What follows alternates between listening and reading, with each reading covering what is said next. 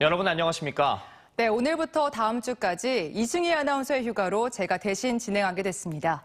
첫 번째 소식입니다. 선거 때가 되면 유권자들의 눈과 귀를 사로잡기 위해 거의 실현 불가능한 공약들을 들고 나오는 여야 후보들이 적지 않습니다. 특히 천안시장 선거는 등록된 후보만 14명일 정도로 난립하다 보니 주목을 받기 위해 앞다퉈 천문학적인 돈이 들어가는 황당한 공약을 쏟아내고 있습니다.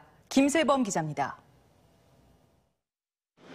당내 경선에 뛰어든 후보만 8명인 민주당은 대부분 중앙정부급 사업들을 들고 나왔습니다. 천안을 통과하는 경부선과 장항선 구간의 지하화는 예산만 조 단위로 추산됩니다. 또 천안에서 청주공항까지 전철을 개설하고 시내를 관통하는 트램을 설치한다는 공약도 등장했는데 역시 1조 원 안팎의 재정이 필요합니다. 경부고속도로 천안 나들목을 옮긴다거나 권역별로 시내버스 차고지를 조성한다는 약속까지 지키기 어려운 공약들입니다. 현재 등록 후보 5명인 국민의힘도 마찬가지입니다. 천안을 순환하는 지하철을 개통한다는 공약은 킬로미터당 1,300억의 예산이 드는데 기초단체장이 할 수 있는 사업이 아닙니다. 수도권 전철의 독립기념관까지 연장, 축구센터의 센트럴파크 공원 조성도 뜬구름 잡는 수준에 불과합니다. 더구나 대전연고인 하나이글스의 천안 유치는 황당하기까지 합니다. 천안엔 야구장도 없는 데다 구단의 이전 계획도 아예 없는데도 계속 주장하고 있습니다. 이렇게 실현 불가능한 공약들이 쏟아져 나오는 건 후보 난립과 무관치 않습니다. 많은 후보들 사이 자신의 존재감과 얼굴 알리기를 위해서는 센 공약을 들고 나와야 주목을 받는다는 계산 때문입니다. 후보들의 공약들을 보면 대부분 대선이라든지 총선급 공약들을 많이 내놓는데 그 이유는 짧은 기간 동안 관심을 끌기 위한 하나의 전략인 것 같고요. 천안은 1년 예산 2조 3천억 가운데 대부분이 중앙정부와 연계하는 도로 건설 등 SOC 사업과 복지에 쓰여져 자체 사업에 쓸 수 있는 재정은 2, 3천억에 불과해 앞서 소개한 대형 공약들을 전혀 뒷받침할 수 없는 구조입니다. 앞서 성명 전 시장도 자신의 핵심 공약인 경전철 도입 때문에 부서를 신설하고 예산과 인력을 총동원했지만 무산에 그쳐 후유증이 적지 않았습니다. 우선 당선만 되고 보자는 식의 무분별한 공약, 철저히 걸러야 할 이유입니다. TJB 김세범입니다. 윤석열 정부가 초대 내각 인선을 마무리한 가운데 충청에선 3명의 장관 후보자가 지명됐습니다. 윤 당선인은 농림축산식품부 장관 후보자에 정황근 전 농촌진흥청장을 지명하는 등 18개 부처 인선을 마무리했습니다. 정황근 후보자는 충남 출신으로 정통 관료의 길을 걸으며 농업정책 전반을 설계했고 농림축산업의 경쟁력을 강화해 미래 성장 산업으로 키워낼 적임자로 평가받고 있습니다.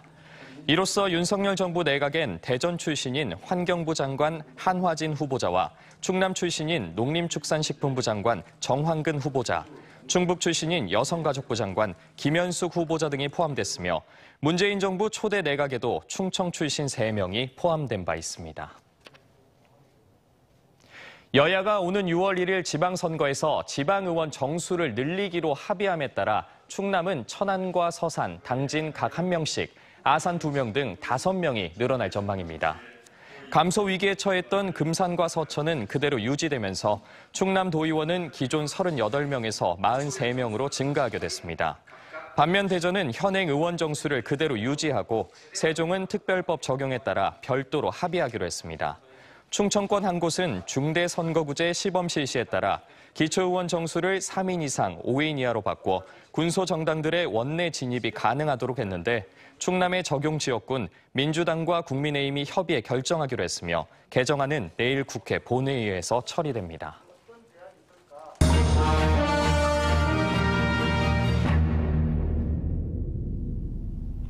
6일 지방선거를 앞두고 선거구별 관전 포인트와 후보자들을 살펴보는 기획보도 충청의 선택. 오늘은 충남지사 선거전을 짚어봅니다. 충남은 현재 민주당 출신이 도정을 맡고 있지만 지난 대선에선 윤석열 후보가 비교적 크게 이긴 곳인데요. 그만큼 민심의 향배를 예측하기 어려워 충청권 최대의 격전지가 될 전망입니다. 강진홍 기자의 보도입니다. 지난 2010년 안희정 전 지사의 당선을 시작으로 지금까지 12년간 충남도정은 민주당이 맡았습니다. 하지만 이번 3월 대선은 국민의힘 윤석열 후보가 득표율 51.08%로 이재명 후보를 6%포인트라는 큰 차이로 꺾었습니다. 대선의 충남 민심이 지방선거에서는 어떤 형태로 이어질지 관심이 모아지고 있습니다. 더불어민주당은 예상대로 현 양승조 지사가 재선에 나서 황명선 전 논산시장과 경선을 벌입니다. 4선 국회의원 출신인 양 지사는 서산공항건설, 혁신도시 설치 등의 성과를 통해 재선에 도전했고 황 전 시장은 보수색이 매우 강한 논산시에서 예상을 넘어 내리 3선을 한 저력을 가졌습니다. 국민의힘에서는 경선 과정이 어수선한 가운데 김태흠 현 의원과 박찬우, 김동완 두 전 의원이 공천 경쟁을 벌입니다. 김 의원은 보령 서천 출신 3선 의원으로 당 지도부가 출마를 권할 만큼 당내 위상이 높습니다. 박찬우 전 의원은 행안부 차관까지 역임한 행정 전문가이다 70만 인구의 천안 출신이라는 게 강점이며 김동완 전 의원은 충남 부지사 등 충남에서 오랜 행정 경험을 쌓아 상대적 우위를 갖고 있습니다. 또 신자유민주연합 소속인 최기복 충청교육원 원장이 예비 후보로 등록했고 정의당은 신여롱 전 도당 위원장이 출마 여부를 검토 중입니다. 다음 주 당내 경선을 마치면 사실상 민주당과 국민의힘 후보의 1대1 구도가 예상되는 가운데 치열한 경쟁이 펼쳐질 것으로 전망됩니다. TJB 강진원입니다. 국민의힘 대전시장 예비후보인 박성유 전 대전시장이 경선 배제에 대해 중앙당 공천관리위원회에 재심을 청구했습니다. 박 전 시장은 청구서에서 동일 선거구 3회 이상 낙선자 배제는 당원 당규에 나와 있지 않고 이미 선거 사무가 진행 중인 상황에서 새로운 공천 기준을 제시한 것도 불합리하다는 입장을 재차 강조했습니다. 국민의힘 공관위는 최근 박 전 시장과 장동혁 전 시당위원장을 컷오프하고 정용기, 이장우 전 의원과 정상철 전 충남대 총장을 경선 후보로 올렸습니다. 천안에서 사촌 형제 부부에게 흉기를 휘둘러 2명을 살해한 50대 남성의 신상을 공개하고 엄벌해달라는 글이 청와대 국민청원 게시판에 올라왔습니다. 게시물에는 피의자가 차에 흉기를 소지할 이유가 없다며 우발적인 게 아니라 계획적인 범행이라고 적혀 있습니다. 이런 가운데 천안 서북경찰서는 오늘 피의자 남성에 대한 구속영장을 신청했고 내일 대전지방법원 천안지원에서 구속영장 실질심사가 진행될 예정이라고 설명했습니다. TJB는 지난해 결식 아동들이 학교 밖에서 눈치를 보지 말고 밥다운 밥을 먹게 하자며 아동 급식카드에 대한 문제점을 여러 차례 보도한 바 있었는데요. TJB 보도 이후 관련 기관들이 지원을 크게 늘렸더니 이제 아이들은 허기뿐 아니라 마음까지 채울 수 있게 됐습니다. 김철진 기자가 취재했습니다. 대전 유성구 지적동의 한 김밥 가게, 꼬마 손님 맞을 준비에 쉴 틈이었습니다. 올해부터는 결식 아동들이 식당에서 한 끼 정도는 넉넉하게 먹을 수 있는 금액이 지원되면서 식당을 찾는 아이들도 부쩍 늘었습니다. 예전에는 금액이 낮아서 자주 못 왔거든요, 애들이. 돈가스 세트나 우동 세트 이런 거를 많이 배달도 시키고 와서도 먹고 애기들도 행복하고 그러니까 저희도 자연히 그냥 같이 더불어서 행복해지네요. 지난해 급식카드 지원에 대한 TJB 집중보도 이후 대전시와 5개구가 대대적인 개선에 나섰습니다.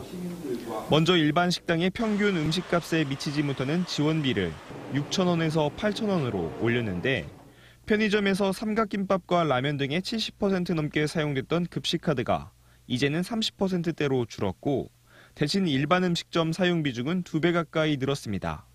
여기에 급식카드 힘이 드러나 눈치가 보였던 이전과 달리 일반 IC카드처럼 모습을 바꿨고 400여 개에 불과하던 사용 가능 가게를 2만 5천여 개로 대폭 늘려 아이들이 어디서든 따뜻한 밥을 먹을 수 있게 됐습니다.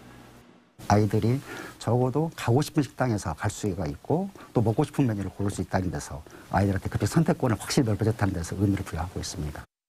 또 급식카드 지원 금액이 다음 달로 2월되지 않아 지난해 대전에서만 10억 원이 사라졌는데 이젠 다 못 쓰더라도 다음 달에 아이들이 쓸 수 있게 됐습니다. 아이들의 신체적인 건강권뿐 아니라 정서적으로도 보이지 않는 차별에서 보호할 수 있는 긍정적 변화가 생긴 겁니다. 아동들의 생존권 치료권을 보장하는 어떻게 보면 기본적인 권리라고 할 수 있고요. 또 그 급식 카드를 일반 카드처럼 이렇게 낙인 효과를 방지할 수 있게 만든 것도 복지적인 측면에서도 비차별에 대한 부분이기 때문에 눈치 보지 않고 밥다운 밥을 먹을 수 있게 하자는 여러 노력들이 작은 변화를 만들고 있습니다. TJB 김철진입니다. 사고나 재해를 경험한 뒤 심한 후유증에 시달리는 외상후 스트레스 장애 환자가 지속적으로 늘고 있는데요. 지금까지는 정신과 치료와 우울증 약물 치료를 병행하고 있지만 치료 효과가 낮았습니다. 그런데 국내 연구진이 외상후 스트레스를 극복할 수 있는 획기적인 치료 물질을 처음으로 찾아냈습니다. 김건교 기자입니다. 어두운 방에 넣은 실험용주에 전기와 소리 자극을 동시에 줬습니다. 놀라 펄쩍 뛰더니 이내 몸이 얼어붙은 채 움직이질 못합니다. 다시 밝은 환경의 다른 방으로 옮겨서 전기 자극 없이 소리만 들려줘도 옴짝달싹 못하고 공포감에 시달립니다. 심한 공포를 경험한 뒤 환경만 비슷해도 반복적으로 공포를 기억하는 이른바 외상 후 스트레스 장애가 나타난 겁니다. 이번엔 공포를 경험한 쥐에게 NYX783이라 이름 붙인 약물을 주입했더니 공포 기억이 점차 줄기 시작해서 열흘째부터는 정상으로 돌아왔습니다. 국내 연구진이 동물 실험을 통해 뇌 전두엽 내 흥분성 신경세포의 단백질 수용체를 활성화시켜서 공포 기억을 억제하는 치료 물질을 세계 최초로 찾아냈습니다. 공포를 경험하면 뇌에서 공포를 기억하게 되는데 이 약물을 주입하면 그 전두엽의 그 흥분성 신경세포에서 NMDA 단백질의 활성을 조절해서 공포 기억을 억제해주는 효과를 얻을 수 있었습니다. 심각한 사고나 재해, 후유증인 외상후 스트레스 장애 유병률이 세계 인구의 7, 8%에 달하고 특히 최근엔 코로나 완치 후 외상후 스트레스 환자가 늘고 있지만 지금까지 마땅한 치료법이 없었습니다.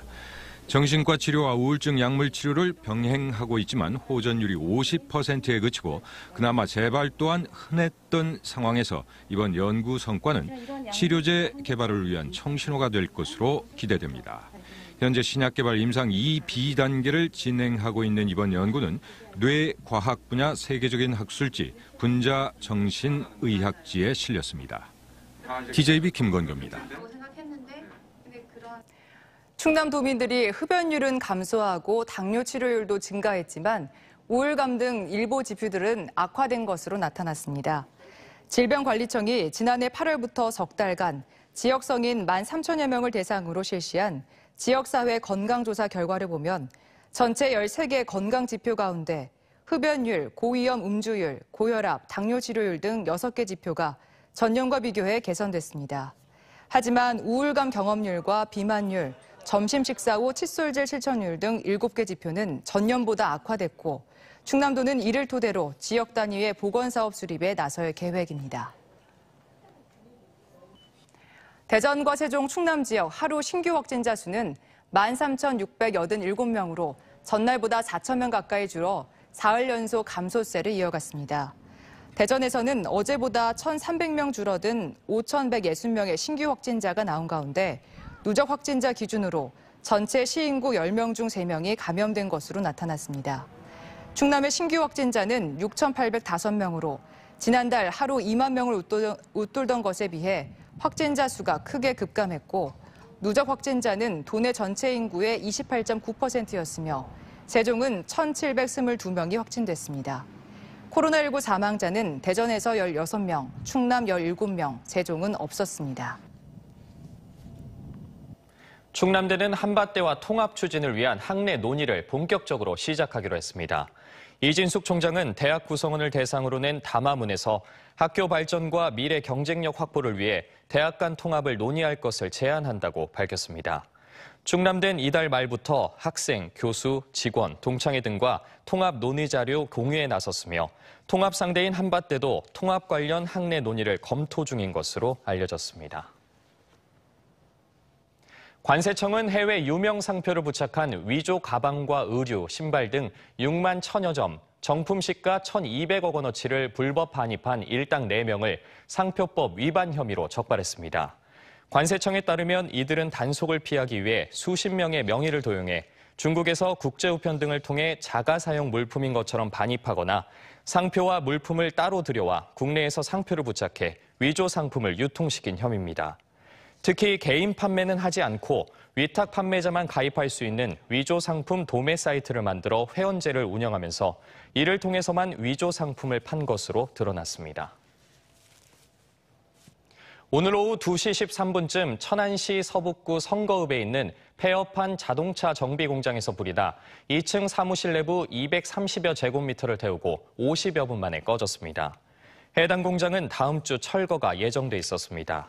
소방당국은 내부에서 철거 전 작업을 벌였다는 목격자 진술을 토대로 정확한 화재 원인을 조사하고 있습니다. 지역의 집값이 매물 적체 등의 영향으로 하락세가 이어지고 있습니다. 한국부동산원의 4월 2주 주간 아파트 가격 동향에 따르면 이번 주 대전과 세종의 아파트 매매 가격은 각각 0.07%와 0.20% 하락하며 전주 대비 하락폭이 0.04%포인트와 0.12%포인트씩 확대됐습니다. 지난주부터 하락 전환한 충남도 0.02% 하락하며 2주 연속 하락했습니다. 공공조달 종합박람회 코리아 나라장터가 엑스포 2022가 경기 고향 킨텍스에서 개막해 내일까지 계속됩니다.